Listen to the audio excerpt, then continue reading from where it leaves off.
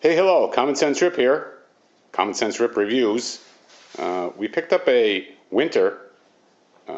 It's a dual hose model ARC143MX, and just want to give you a quick review on it. It is up to 87.6 degrees outside right now. It is 82.2 degrees in the house.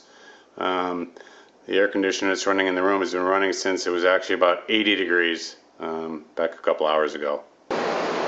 There's the unit running in here. It's been running for about three and a half hours. It's a fairly large unit. It's on pretty decent wheels and wheels pretty easily. I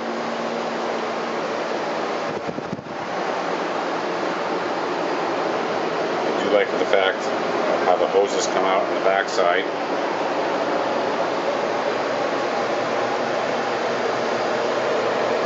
The way they're angled. Come up at an angle to the window, it makes it easier to connect the two hoses. And if you notice, it is a two hose system. We do have conventional windows, which is why I had to go this route and not put one in the window. I like the two hose over the one hose. It doesn't create a negative pressure in the room. So we've been running about 3.5 hours. We've dropped the temperature in the room from, we started at 83 degrees inside down to 73 degrees inside.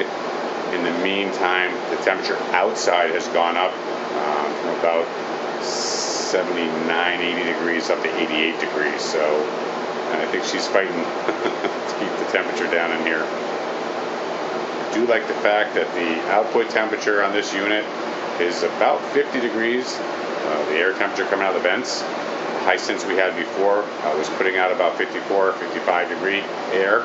So it is blowing cooler air than the other unit that we were reviewing before.